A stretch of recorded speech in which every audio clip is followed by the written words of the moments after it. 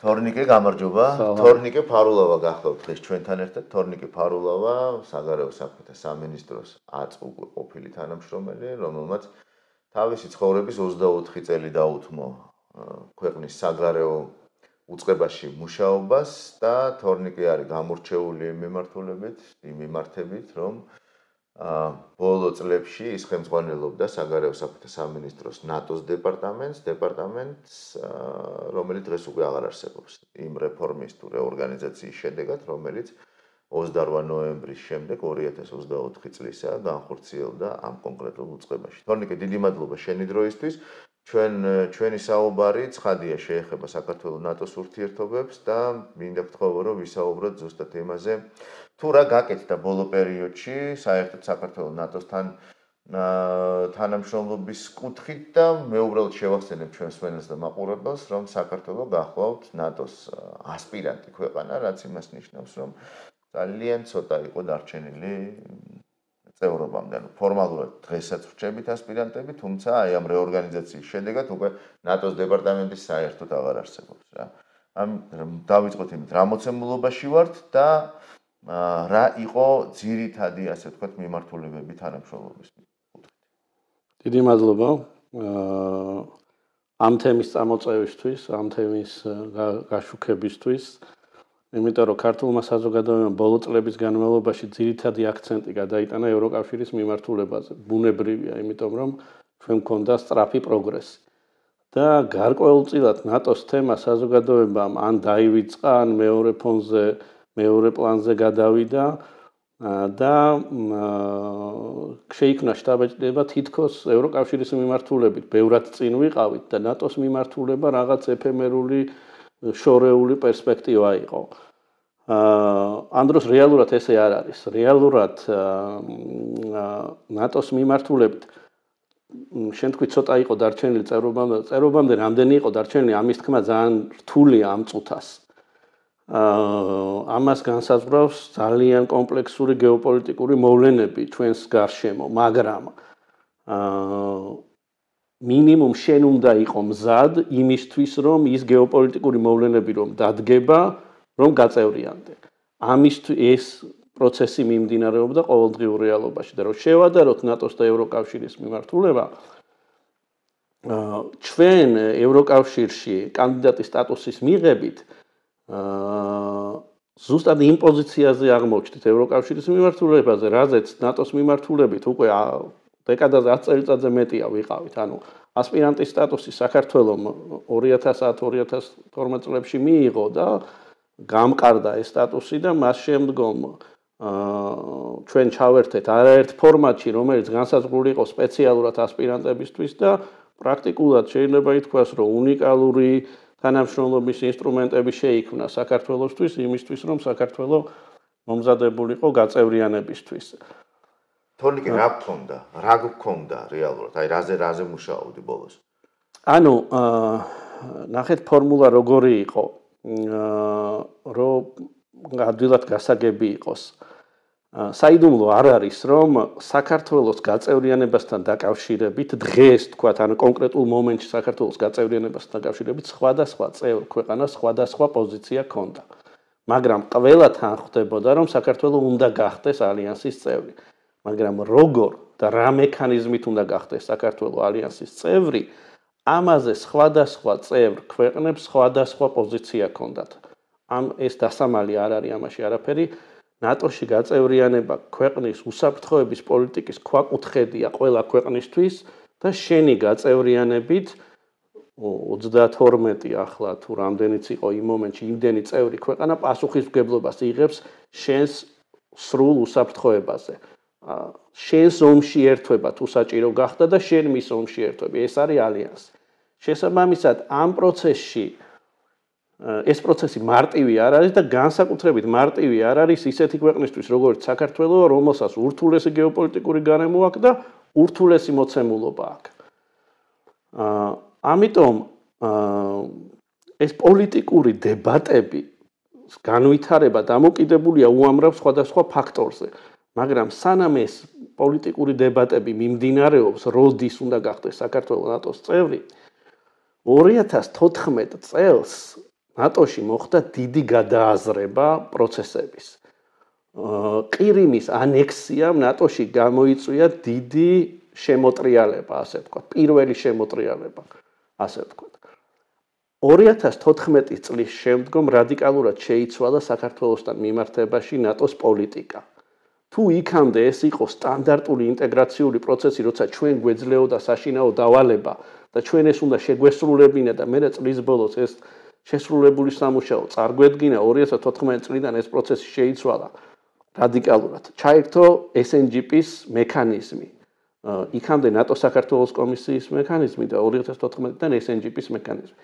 რა იყო SNGP? SNGP გახდა პრაქტიკული მექანიზმი იმისთვის, რომ მანამ ამ წერტილიდან 2014 რო ავიღოთ, მანამ სანამ საქართველო გახდება ალიანსის წევრი, ალიანსი ჩაერთო საქართველოს თავდაცვითი შესაძლებლობების მშენებლობაში. ამას ჰქონდა ორმაგი ეფექტი. პირველი იყო ის, რომ აი ამ გეპში, აი ამ სიცარიელეში, რომელიც აქედან წევრობამდე არის, საქართველო არ იყოს დაუცველი და მას ჰქონდეს იმ წუთიერ საფრთხეებთან გამკლავების და საფრთხეების შეკავების მეტი შესაძლებლობა და მეორე, ამას ჰქონდა მეორადი ეფექტი ის, რომ მეტად დაცული საქართველო უფრო ადვილი მისაღები იყო ალიანსში, ბუნებრივია, ხომ? ეს იყო რადიკალური ცვლილება 2014 წლიდან. 2014 წლიდან მოყოლებული ნატომ დაიწყო აქტიური დახმარება საქართველოს თავდაცვითი შესაძლებლობების განვითარებაში. რაში გამოიხატებოდა ეს, როგორ ხორციელდებოდა ეს რეალურად? ანუ დაიწყო საქართველოს თავდაცვის და უსაფრთხოების სექტორში თავიდან ეს კონცენტრირებული იყო ძირითადად თავდაცვის სამინისტროზე და თავდაცვის ძალებზე, მაგრამ შემდგომ ამის მასშტაბი ეტაპობრივად გაიზარდა და მოიცვა პრაქტიკულად სრული უსაფრთხოების სექტორი, კრიზისების მართვიდან, კიბერუსაფრთხოებიდან, მედეგობიდან, აი ესეთი თემებიდან დაწყებული, ანუ სამხედრო საინჟინრო თუ სხვა პროექტებით დამთავრებული, ყველა მიმართულებით საქართველოს შესაძლებლობების განვითარებაზე, როგორც პრაქტიკულ დონეზე, ასევე თეორიულ და ინტელექტუალურ დონეზე მუშაობდა დაახლოებით სხვადასხვა დროს, სხვადასხვა რაოდენობის ადამიანი, მაგრამ დაახლოებით 30-40 ადამიანი იყო გამოყოფილი წევრი ქვეყნების მიერ და ნატოს საერთაშორისო სამსახურის მიერ 30, 35, 40 ადამიანი სამსახური, ყოველდღიური სამსახური იყო საქართველოს თავდაცვითი შესაძლებლობების განვითარება. ჩვენ ერთობლივად ვთანხმდებოდით, თქვათ, მომდევნო 2, 3, 4, 5 წლის განმავლობაში რა პროექტები იყო პრიორიტეტული ქართული მხარისთვის, ნატო იწყებდა ამ პროექტებთან მიმართებით კონკრეტული ადამიანების ძებნას წევრ ქვეყნებში, ადამიანები, რომლებსაც საუკეთესო გამოცდილება ჰქონდათ ამ რეფორმის გატარებისა, თქვათ, წლების წინ, როცა ესა თუ ის ქვეყანა გაწევრიანდა, იძებნებოდა ესეთი პროფესიონალი, ის ანიგზავნებოდა თბილისში, დაახლოებით ნახევარი თბილისში იყო მუდმივად მოვლენილი, ნახევარი, ასე ვთქვათ, დროებითი როტაციით ჩამოდიოდა, მიდიოდა 2 კვირა თბილისში იყო, 1 კვირა თბილისში იყო, მერე 2 თვე, თქვათ, ბრიუსელიდან ან სხვა დედაქალაქიდან მუშაობდა. ანუ ეს იყო ადამიანები, ასევე ქვეყნებს ჰქონდათ აღებული პასუხისმგებლობა კონკრეტული მიმართულებების განვითარებაზე და ასე მიდიოდა ეს პროცესი. აქ საუბარი არის, როგორც გითხარით, თავდაცვის და უსაფრთხოების სრულ სპექტრზე, მიმდინარეობდა შესაბამისი რეფორმების დაგეგმა, კონცეპტუალური დოკუმენტების მომზადება. რა მიმართულებებია, მოდი კიდევ ერთხელ ჩამოვთვალოთ და გავახსენოთ ჩვენს მსმენელს. ანუ მიმართულებების კონკრეტიკაში ახლა არ შევალ, მაგრამ მიმართულებებს განსაზღვრავდა საქართველოს ქართული მხარე. მიმართულებების პრიორიტეტულობას განსაზღვრავდა ქართული მხარე. აი შეხედეთ საქართველოს, თქვა, თავდაცვის ძალების პრიორიტეტებს, ჩვენს კონცეპტუალურ დოკუმენტებს, რომლებიც მართალია უმეტეს შემთხვევაში მოძველებული, მაგრამ ჯერ კიდევ გვაქვს და იქ რა მიმართულებებიც არის განსაზღვრული, ყველა მიმართულებაზე მიდიოდა მუშაობა.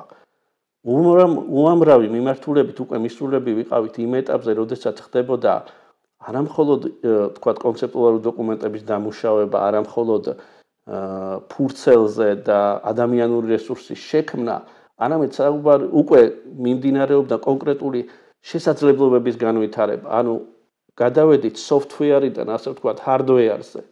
ანუ მიმდინარეობდა კონკრეტული აღჭურვილობის შესყიდვა, ქართული ქვედანაყოფების აღჭურვა, სხვადასხვა სახელმწიფო უწყებებისთვის კონკრეტული შესაძლებლობების შესყიდვა. ეს იქნებოდა, რა ვიცი, კიბერის მიმართულებით თუ სხვადასხვა მიმართულებით, სხვადასხვა უწყებების კრიზისების მიმართულებით თუ ასე შემდგომ, კონკრეტული შესაძლებლობების შესყიდვა აქ საუბარია მილიონებზე, მილიონობით ევროზე.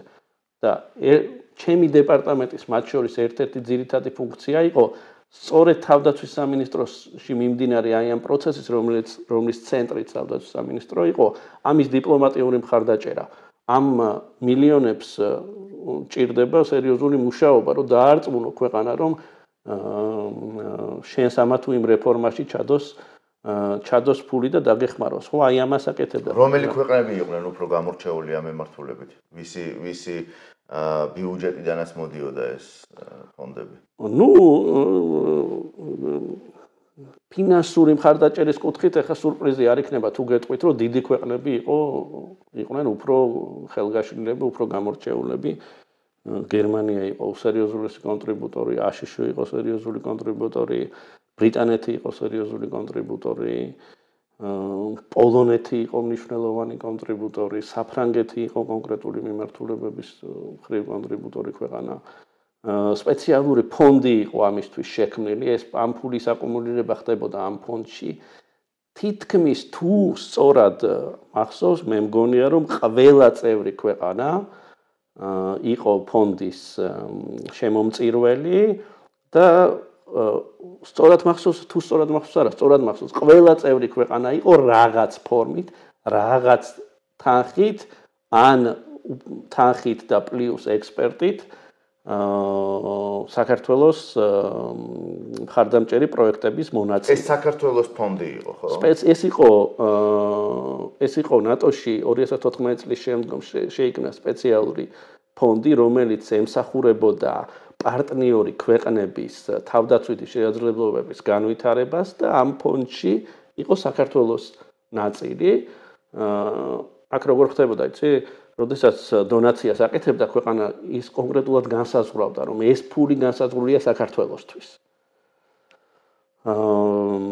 და კიდევ ერთხელ გავიმეორებ, საუბარი არის ათეულობით მილიონ ევროზე, რომელიც მოემართებოდა დამატებით საქართველოს თავდაცვის და უსაფრთხოების სექტორის გასაძლიერებლად და იხარჯებოდა ჩვენს მიერ განსაზღვრული პრიორიტეტების მიხედვით. ჩვენ ერთობლივად განსაზღვრავდით ამ პრიორიტეტებს. ჩვენ ვეუბნებოდით, ქართული მხარე ეუბნებოდა იმ პრიორიტეტებს, რაშიც გვჭირდებოდა დახმარება. რა თქმა უნდა, ეს პრიორიტეტები განისაზღვრებოდა ერთობლივად, ქართული მხარე წარადგენდა თავის მოსაზრებას, რა თქმა უნდა, მე ეხლა რომ მოგვეთხო, არ ვიცი მე რაღაცა ატომური ბირთვული იერა. ხო, ან რაღაც კოსმოსური შესაძლებლობები სავარაუდოდ არ დაგვეხმარებოდნენ ამ მიმართულებით, მაგრამ სხვა კუთხით მე არ მახსოვს შემთხვევა, როდესაც ჩვენს თავდაცვის ძალებს რაიმე კონკრეტული მოთხოვნა წამოეყენებინოს და ვინმეს ეთქვას, რომ არა, იცით, ეს მიუღებელია.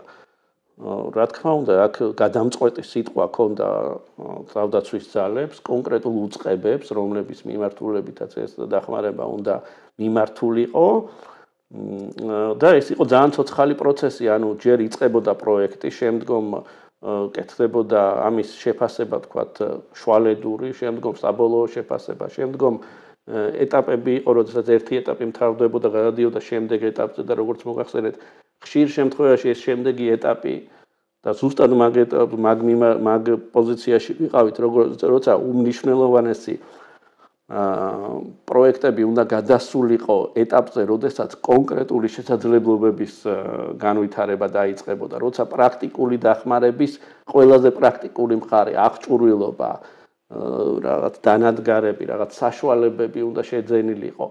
მოდი მე დეტალი გავიაროთ რა, კიდევ უფრო სიღრმეში, ანუ მაგ დეტალებში ძალიან სიღრმეში მე ვერ წამოვა. გასაგებია ეხლა რაღაცები, რაც საიდუმლოა დავწერე. არა მარტო საიდუმლოების გამო, არამედ იმის გამო, რომ მე ამის დიპლომატიურ მხარდაჭერას ვახდენდი და მისი უშუალო შიგთავს ეხლა ჩემთვის გასაგებია, მაგრამ მივიდეთ იქამდე, რომ ეს 2014 წლიდან ეს ყველაფერი ეტაპობრივად კეთდებოდა საქართველოსთვის და როდესაც დადგა X დღე, როდესაც საჭირო იყო პრაქტიკული რაღაცების გაკეთება, მაშინ შეწყდა, სწორად გავიგე? კი. შეგიძლია ცოტა უფრო ვრცლად ისაუბრო ამ თემაზე? მან ძალიან მნიშვნელოვანი მომენტი არის 2022 წელი. ანუ თუ პირველი გადააზრება ნატოს მიერ ევროატლანტიკურ სივრცეში უსაფრთხოების გარემოსი მოხდა 2014 წელს, ეს გადააზრება, ეს გადაფასება მოვლენების ცალსახად ძალიან მნიშვნელოვანი პროცესი იყო, ცალსახად რადიკალური შემოbrunება იყო, მაგრამ სამწუხაროდ ჯერ კიდევ იყო მიდგომა, რომ კონცენტრირდეთ ძირითადად ჩვენს უსაფრთხოებაზე, ანუ წევრი ქვეყნების უსაფრთხოებაზე და დავეხმაროთ თქვათ პარტნიორებს. მაგრამ 2022 წელმა და რუსეთის სრულმასშტაბიანმა აგრესიამ უკრაინის წინააღმდეგ და ომმა, უდიდესმა ომმა ევროპის ტერიტორიაზე გამოიწვია ის, რომ ეს მოდუსი თლიანად შეიცვალა ფიქრისა ბრიუსელში. 2022 წლიდან ხდება რადიკალური ცვლილება მსოფლმხედველობისა ბრიუსელში. ეს არის ყველაზე ტრაგიკული ჩვენთან განვითარებულ მოვლენებში რეალურად. ეს არის ყველაზე მძიმე შედეგი. რას გულისხმობ? ანუ უკრაინაში რუსეთის შეჭრამ საბოლოოდ დაამსხვრია მითი, რომ რუსეთთან მოლაპარაკების გზით და დაყვავების და თავზე ხელის გადასმის გზით შეიძლება ევროპის უსაფრთხოების უზრუნველყოფა. ცალსახა გახდა, რომ საჭიროა ალიანსის გაფართოება, საჭიროა იმ ქვეყნების შემოერთება, რომლებსაც სურვილი აქვთ, რომ შემოგვიერთდნენ, რაც მთავარია, რომლების შემოერთებას მნიშვნელოვანი იქნება გეოპოლიტიკური თვალსაზრისით და ცალსახა გახდა, რომ აუცილებელია იმ ქვეყნების დახმარება, ვინც ფრონტის წინა ხაზია, ასე ვთქვათ,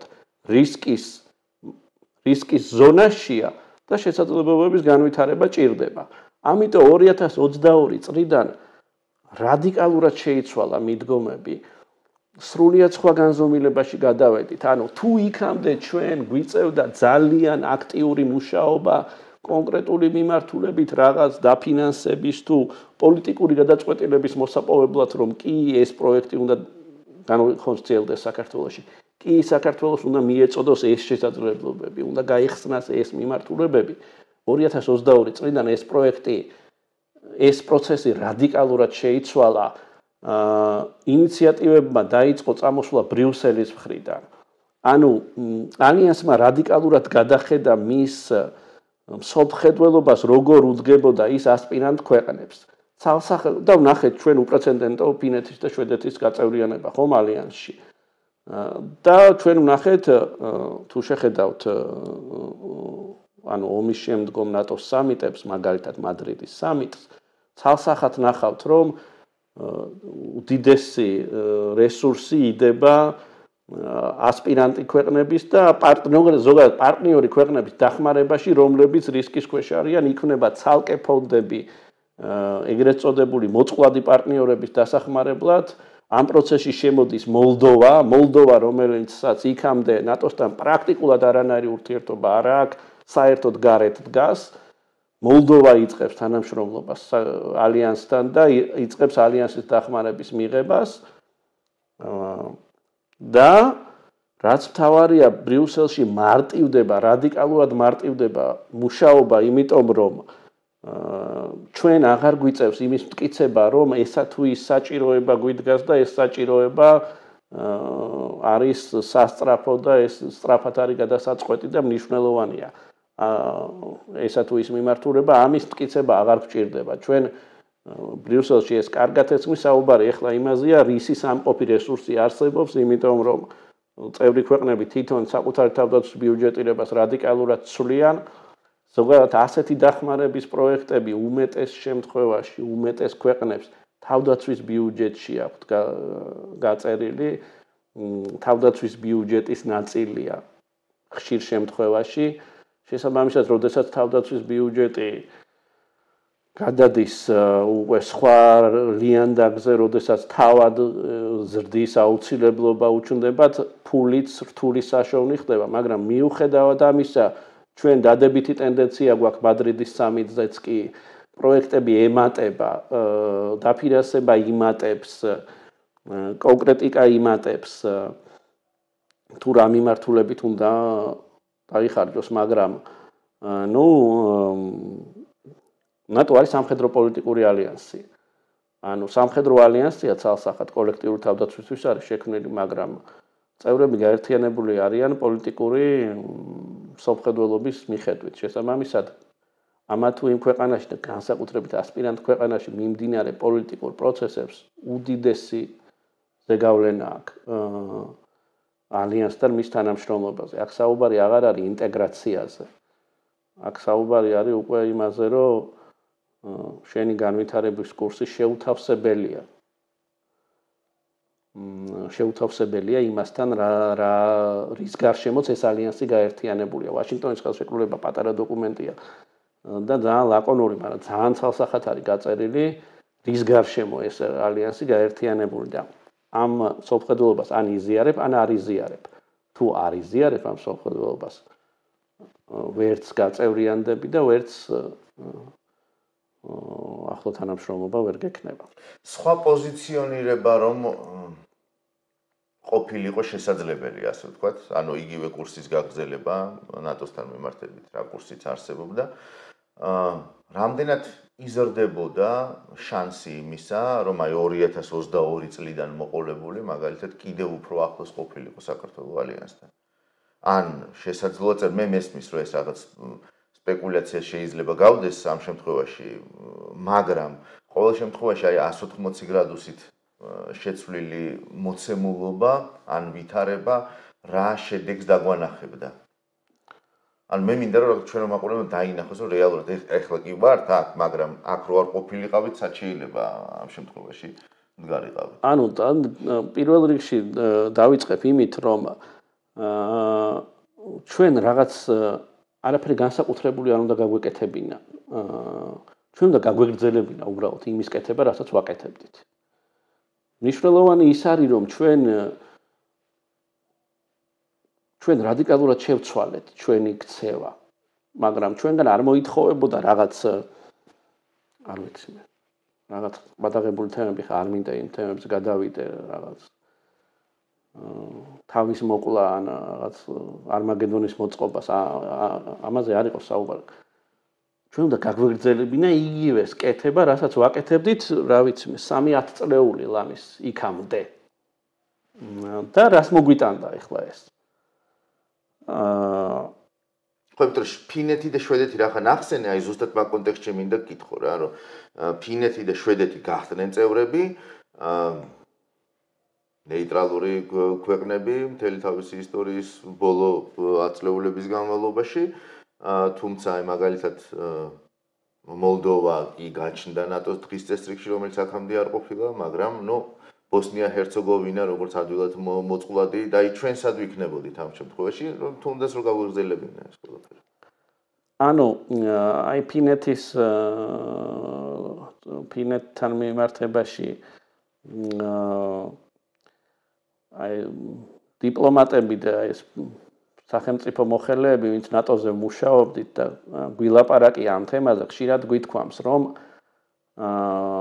ჩვენი მიზანი იყო საქართველოს ფინეთიზაცია. რა იგულისხმებოდა ამაში?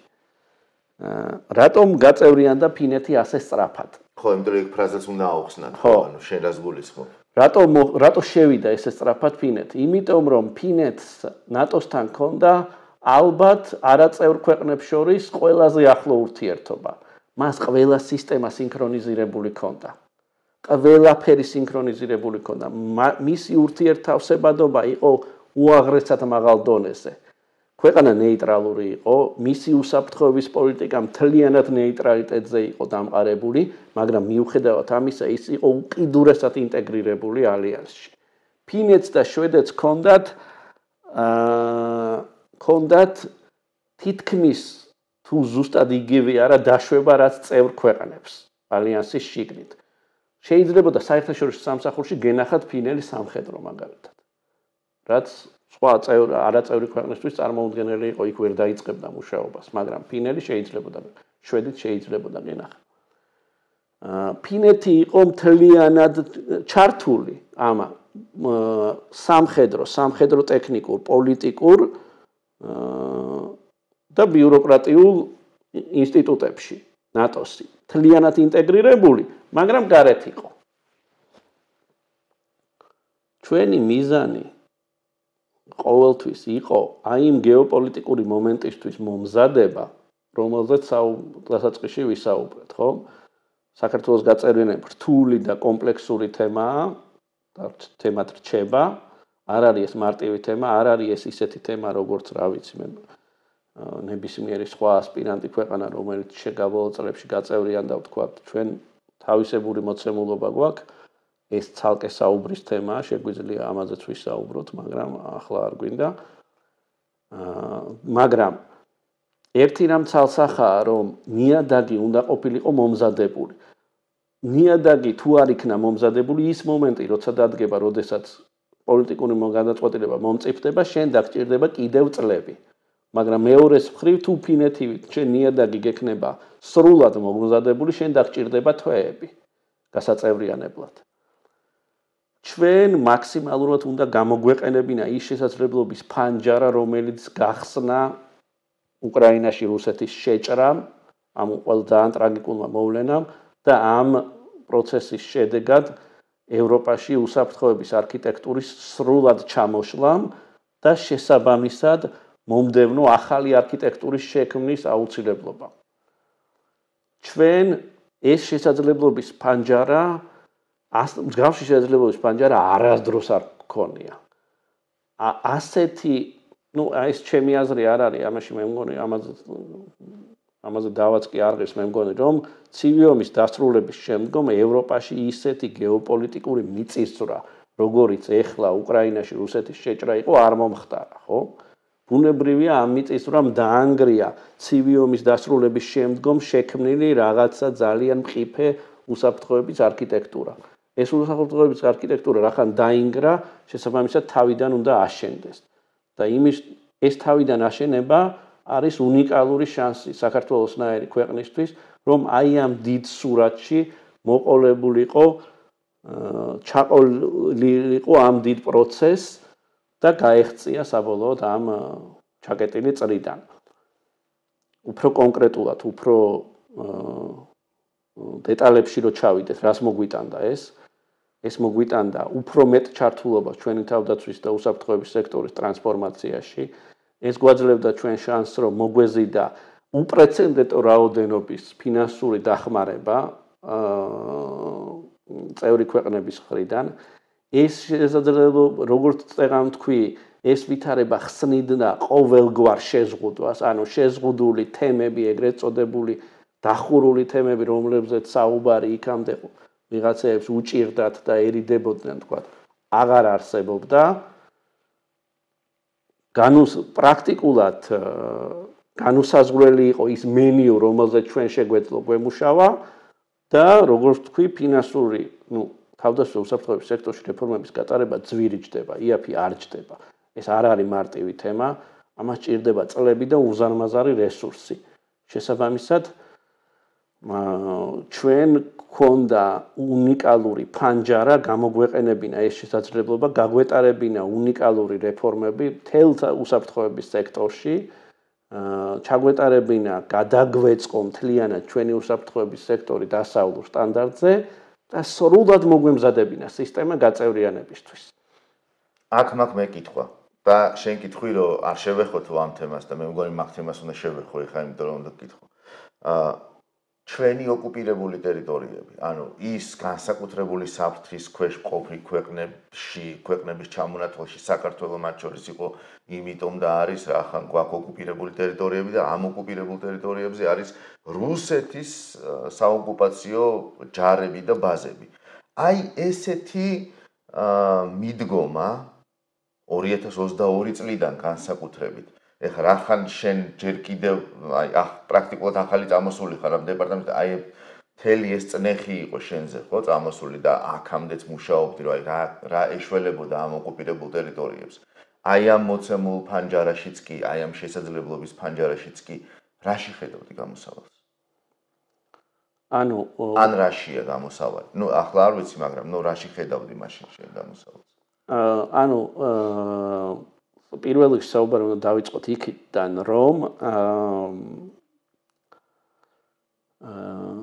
ის მიდგომა, რომ ოკუპირებული ტერიტორიები არის ქმნის საქართველოსთვის გამოუვალ მდგომარეობას ნატოში ინტეგრაციის მიმართულებით, არის მცდარი.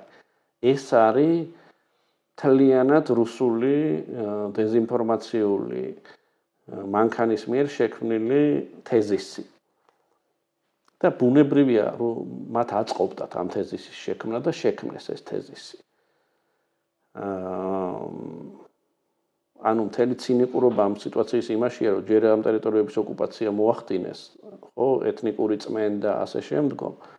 შემდგომ ჩვენ დავიწყეთ წინსვლა რაღაც მიმართულებებით და ახლა გვეუბნებიან, რომ ეს თურმე გამოუვალი მდგომარეობაა და ამას ვერ შემოულეთ და თურმე ვარი უნდა ვთქვათ ამ ტერიტორიებზე. უნდა დანებდე ბოლომდე. ხო, და თავი დეზინფორმაციული თეზისი ესეთია, ხო, თუ ჩვენ ევროკავშირის ან ნატოს მიმართულებით წავალთ ოკუპირებულ ტერიტორიებზე, ვარი უნდა ვთქვათ.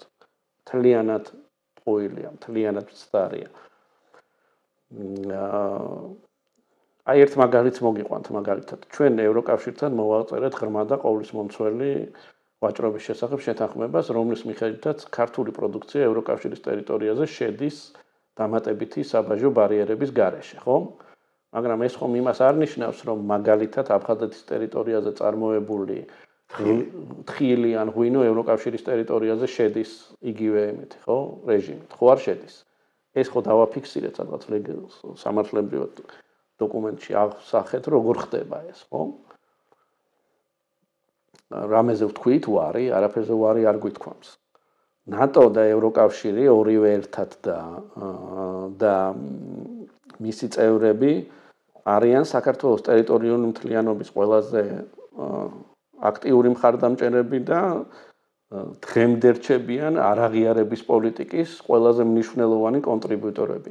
ის რომ ჩვენ რუსულ დიპლომატიას ვაჯობეთ არაღიარების პოლიტიკისა და რამოდენიმე მარგინალური რეჟიმის გარდა სოფლიო მასშტაბით არავინ არ აღიარებს საქართველოს ოკუპირებულ ტერიტორიებს, ეს ქართული დიპლომატიის გამარჯვებაა და ამ გამარჯვებაში ლომის წილი აქვს ჩვენს პარტნიორებს. და ის ქვეყნები, რომლებიც წლების განმავლობაში აქტიურად იბრძოდნენ საქართველოს ოკუპირებული ტერიტორიების არაღიარების კუთხით, დღეს საქართველოს თხოვენ რაიმეზე ვარის თქმას, ეს ხო მთლიანად ტყუილია, მთლიანად მცდარია, არავითარი არაფერი არ ხდება რეალობაში. საერთოდ ეგ თემა, ოკუპირებული ტერიტორიების თემა არის განხილვის ძალიან ბოლო ეტაპი. მაგ თემის განხილვას თუ ვიწყებთ, ნიშნავს, რომ ინტეგრაციული პროცესში სხვა პრაქტიკული თემები მთლიანად გადაჭრილი გვაქვს და მივედით ამ საკითხთან, მთავარ საკითხთან, მთავარ პოლიტიკურ თემასთან. შესაბამისად, ამ თემის განხილვა ამ წუთას ჯერ ადრე იყო, მაგრამ მიუხედავად ამისა, ეს იმას არ ნიშნავს, რომ ამ თემაზე ნაფიქრი არ უნდა გქონდეს და ამ თემაზე მოდელი არ უნდა გქონდეს. უნდა გკითხო ბოდიში რა აქვე. ამ თემაზე ფიქრი როგორ უკავშირდებოდა ნატოს შავი ზღვის სტრატეგიას? თუ არის რამდენიმე სიტყვაში შესაძლებელი, რომ ეს აუხსნათ, კარგი იქნება, თუ არის, რა თქმა უნდა. ანუ შავი ზღვის მიმართ ნატოს სტრატეგია ძალიან ახალგაზრდა თემაა, პირდაპირ ემთხვევა ყირიმის ოკუპაციის პერიოდში იწყება ალიანსის შემოbrunება შავი ზღვის რეგიონის მიმართ და უფრო გვიანაც კი 2016-17 წლიდან იწყება ნატოში შავი ზღვის რეგიონზე ფიქრი.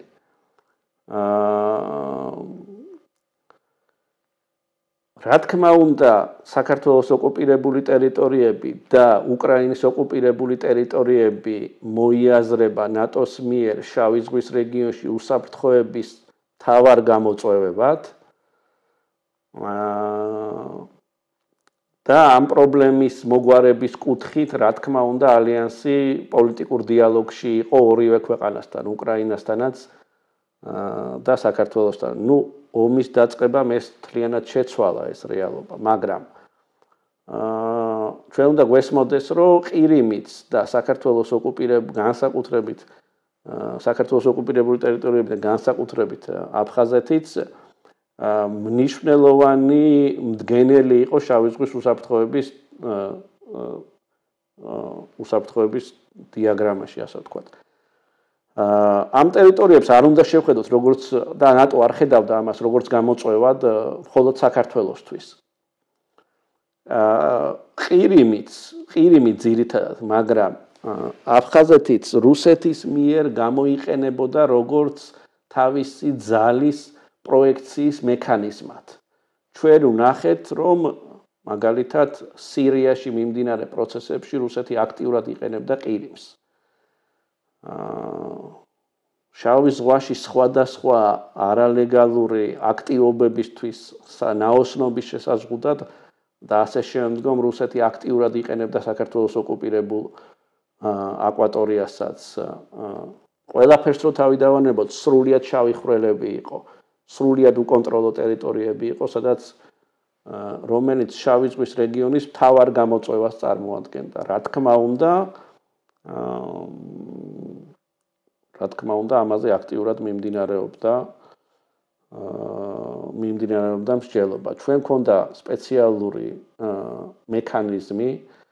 საქართველო იყო სტრატეგიული დიალოგის მონაწილე შავი ზღვის უსაფრთხოების მიმართულებით ნატოსთან და ამ კუთხით ჩვენი მსჯელობის მთავარი თემა, რა თქმა უნდა, იყო საქართველოს ოკუპირებული ტერიტორიები და იქ არსებული ვითარება. ჩვენ ამაზე გვქონდა ძალიან აქტიური დიალოგი, ეს გულისხმობდა წელიწადში რამდენიმე შეხვედრას ამ თემასთან მიმართებაში, რაც საშუალებას გვაძლევდა ჩვენ, რომ საერთაშორისო დონეზე გაგვეტანა ის პრობლემები, ძალიან კონკრეტული პრობლემები, რომელსაც ჩვენს ოკუპირებულ ტერიტორიებზე ვაწყდებოდით და ეს გაგვეხადა საერთაშორისო დღის წესრიგის ნაწილი.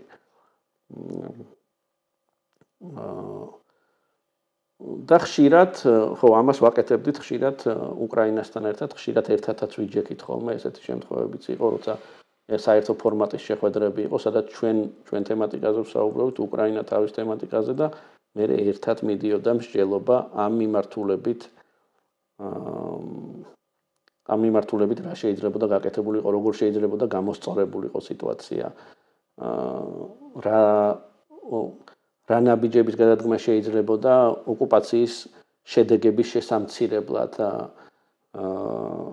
რუსეთის მავნეზე გავლენის შესამცირებლად შავი ზღვის რეგიონზე და ასე შემდგომ. თორნიკე, რა მოცემულობაში აღმოჩნდით ახლა აი 28 ნოემბრის გადაწყვეტილების შემდეგ და მას შემდეგაც რაც თუნდაც საგარეომ გააუქმა ამ რეორგანიზაციის თუ რაღაცა რეფორმის თუ რაღაცა აბსურდული. მე ვეძახი დეორგანიზაცია. ხო, გააუქმა ნატოს დეპარტამენტი და გააჩერა ყველა საინტეგრაციო პროცესი. და რა შედეგს უნდა ველოდოთ? ანუ რომ ამისი რაღაც პროექტი ამისი დათვლა მოდელირება მე მგონი უკვე მარტივია, ხო? ძალიან მარტივია. შედეგი უკვე მიღებული გვაქვს პრაქტიკულად. ანუ როგორც ნატოში ინტეგრაციის პროცესი, ასევე ევროკავშირში ინტეგრაციის პროცესი არის გაჩერებული. და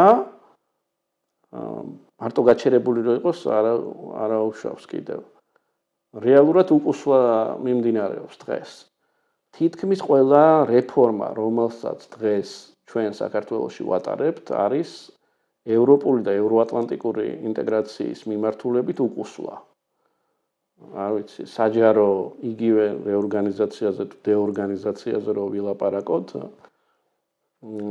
ის საკანონმდებლო ცვლილებები, რაც განხორციელდა საჯარო სამსახურის მიმართულებით ბოლო პერიოდში იმისთვის, რომ გამარტივებულიყო ეს დეორგანიზაციის პროცესი, არის პირდაპირ უკან გადადგმული ნაბიჯი ევროკავშირის მიმართულებით.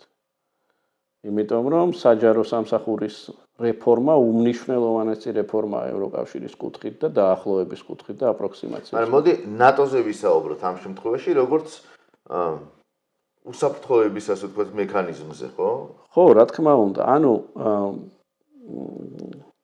ანუ ჩვენი თუ ვინმე თulis რომ რამდენიმე ათეული ევრო საქართველოს თავდაცვის ბიუჯეტისთვის მილიონობით ევრო. ხო, რამდენიმე ათეული მილიონი ევრო და დოლარი საქართველოს თავდაცვის ბიუჯეტისთვის ხელწამოსაკრავი თემა, დაანცდება.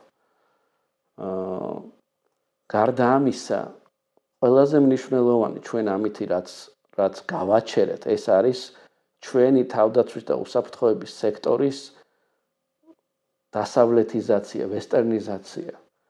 ხო ცალსახაა რომ პოსტსაბჭოთა თავდაცვის და უსაფრთხოების უკრაინაში ომმა ეს ცალსახად დაგვანახა ხა რომ დასავლური უსაფრთხოების სისტემები ბევრად ეფექტურია ვიდრე პოსტსაბჭოთა უსაფრთხოების სისტემები, ხო? საქართველოში რაც მიმდინარეობდა ეს პროცესი იყო საქართველოს თავდაცვის და უსაფრთხოების სექტორის დასავლურ ყაიდაზე გადაწყობა. რა შემთხვევაშიც ეს სტრუქტურები ბევრად უკეთ ასრულებენ მათზე დაკისრებულ მოვალეობას. ერთი წამით დავანებოთ თავი ინტეგრაციულ პროცესს. დავივიწყოთ რომ სადმე წევრიანდებოდეთ. თქვათ რომ არც ევროკავშირში წევრიანდებით, არც ნატოში. გამართული თავდაცვის და უსაფრთხოების სექტორი. საქართველოს თავდაცვის ძალები უფრო განვითარებული, უფრო მეტი შესაძლებლობებით. უსაფრთხოების სექტორის სხვადასხვა სტრუქტურა, რომელზეც დემოკრატიული კონტროლი უფრო გაძლიერებულია, რომელსაც კარგად აქვს გააზრებული მისი მოვალეობები, რომლებიც გათავისუფლებულია პოლიტიკური კონტექსტისგან და ნეიტრალურად დამოუკიდებლად ახორციელებს თავის ფუნქციას. ეს უკვე არ არის ძალიან მნიშვნელოვანი პროგრესი ქვეყნისთვის. იმის მიუხედავად ჩვენ ამის შედეგად სადმე გავწევრიანდებით თუ არ გავწევრიანდებით. არ ვიცი, აი ჰაერის ხარისხის გაუმჯობესება თბილისში, რომელიც პირდაპირ მოყვება იმ რაღაც რეფორმებს, რომლებსაც ევროკავშირში ასოცირების კუთხით ჩვენ გავატარეთ და ვატარებდით, რომლებიც გულისხმობდა იმას, რომ უნდა დაწყებულიყო ჰაერის კონტროლი, შეზღუდულიყო, თქვათ, გამონაბოლქვი, მშენებლობების შედეგად დაბინძურება ასე შემდეგ, ხომ? ჰაერი რომ გაუმჯობესდება ქალაქში, ეს ამით ხომ ჩვენ ვიხეირებთ პირველ რიგში და არა ბრიუსელში ვიღაც ხო, ვიღაც ბიუროკრატი, რომელიც ამაზე ჩვენ 5-იანს დაგვიწერს ან 10-იანს დაგვიწერს, ხომ? ეს ხომ პირდაპირ ჩვენს ცხოვრებაზე აისახება და არა რაღაც ინტეგრაციულ. ერთი წამი დავივიწყოთ, რომ სადღაც წევრიანდებით. და ჩავიხედოთ ნებისმიერ რეფორმაში, რომელსაც ნატო ან ევროკავშირი გთხოვდა. ეს ხო პირდაპირ არის, პირდაპირ გაუმჯობესება ჩვენი ყოველდღიური ყოფისა, პირდაპირ გაძლიერება ჩვენი თავდაცვის შესაძლებლობებისა, გაძლიერება ჩვენი უსაფრთხოების სექტორისა, რომელიც იმის და მიუხედავად ხვალ, რა თქმა უნდა, თუ კოლექტიური უსაფრთხოების ნაწილი გავხდებით, ეს ამოცანა რადიკალურად გამარტივდება, ხო, საქართველოსნაირი ქვეყნისთვის, მაგრამ იმის და მიუხედავად სადმე გავწევრიანდებით თუ არა, უფრო გაძლიერებული თავდაცვითი შესაძლებლობები, ჩვენი შეიარაღებული ძალები უფრო მოდერნიზირებული. ეს ხომ ჩვენია, ეს ხო არსად არ მიდის, ამას ხო ვერავინ ზურგზე ვერ მოიკიდებს და ვერსად ვერ წაიღებს, ხო? აი ეს გაჩერდა, ყველაზე მნიშვნელოვანი ეს არის. გაჩერდა უამრავი პროექტი, რომელშიც წევრი ქვეყნები ვარს ამბობენ მას როგორც მხარდაჭერაზე, ასევე ფინანსურად დახმარებაზე, იმიტომ რომ თვლიან რომ საქართველოს აღარ მოძრაობს სწორი მიმართულებით. ეს გაჩერდა, ეს დავკარგეთ. და კიდევ ერთი ძალიან მნიშვნელოვანი გარემოება ამ ყველაფრის პოლიტიკური კონტექსტი. ნატოში და ევროკავშირში გაწევრიანების პროცესი საქართველოსნაირი ქვეყნისთვის არის უაღრესად მნიშვნელოვანი, ვინაიდან ეს ჩვენ საშუალებას გვაძლევს გეოპოლიტიკური კონტექსტი შევიქმნათ. საქართველო, რომელიც არის ნატოს კანდიდატი, ნატოს ასპირანტი და ევროკავშირის კანდიდატი ქვეყანა, გეოპოლიტიკურად ბევრად მნიშვნელოვანი ქვეყანაა, ვიდრე ისე საქართველო.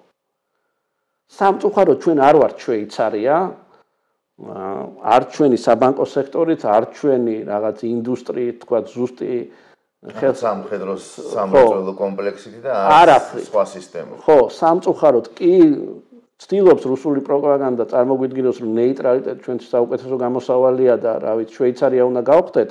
ერთადერთი შვეიცარია, რაშიც შეიძლება გაუტოლდეთ, ეს არის ბუნება.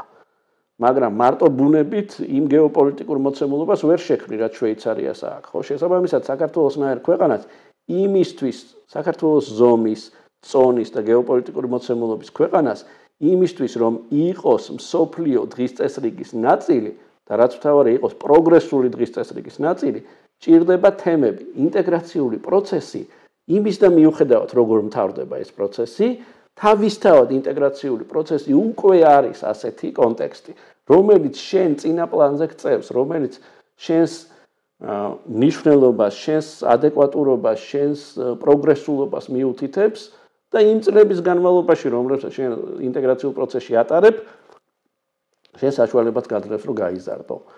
ხომ, გაატარო ის რეფორმები, რომლებსაც წეგან ვილაპარაკეთ, რომლებიც არსად არ მიდის, არავის არ მიაქვს. ის რეფორმები, რომლებიც აქამდე გავატარეთ, იმის ხარჯზე ვართ, ისეთი სახელმწიფო, როგორიც ვართ. ხომ, ჩვენ ყველას გვახსოვს, როგორი ქვეყანა ვიყავით, ხომ, და მოვედით აქამდე.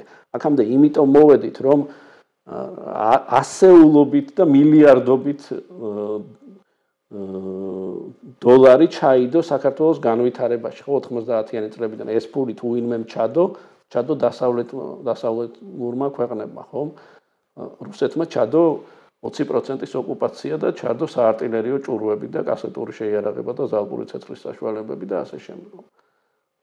ჩაგვიდო აგერ ტერიტორიის 20% ოკუპირებული 300,000 კაცი საკუთარი სახლიდან გამოგდებული და შესაბამისად ის რაც დღეს გაჩერდა, ეს არის მოძრაობა, მარტივად რო ახსნათ, მოძრაობა სწორი მიმართულებით, მოძრაობასაც უდიდესი მნიშვნელობა ჰქონდა იმისთვის, რომ საქართველოს დარჩენილიყო პროგრესული სამყაროს ნაწილად. ეს მოძრაობა შეჩერდა. ეს მოძრაობა რო შეჩერდა, მე მგონი ამას რა ვიცი, ყველა ხედავს. თორნიკე და ბოლო კითხვა რა, არ მინდა რომ ძალიანაც გაგვიგზელდეს.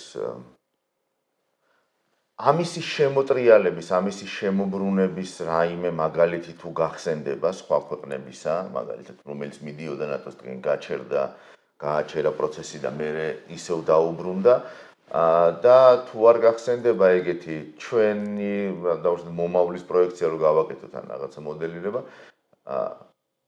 რა დრო დაგჭირდება მინიმუმ იმ ნდობის აღსადგენად, რაც გქონდა მაგალითად თუნდაც 2022 წლამდე. ნდობის აღდგენა იქნება ყველაზე რთული. ყველაზე რთული იქნება ნდობის აღდგენა. მე არ ვამბობ შეუძლებელი იქნება მეთქი. მაგრამ რთული იქნება.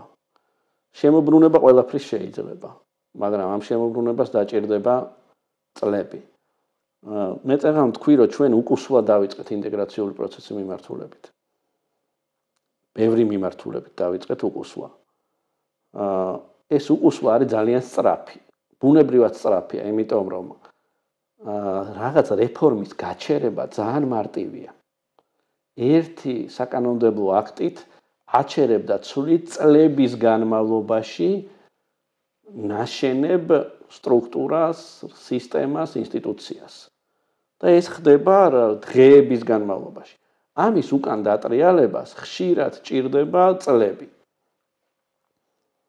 ჩვენ შემთხვევაშიც მე მგონია, რომ ამას დაჭირდება წლები. ყველაზე მნიშვნელოვანი არის ჩვენი პარტნიორების ნდობა ჩვენთან მიმართებაში. ანუ დამოუკიდებლობის აღდგენის პერიოდიდან ჩვენ ბევრი ეტაპი გავიარეთ, სახელმწიფოებრიობა ვითარდებოდა, იქმნებოდა. სხვადასხვანაირი ხელისუფლებები გვყავდა, ხო? ხან კარგი, ხან ცუდი, ხან უკეთესი, ხან საშუალო, ხან ისეთი, ხან ასეთი.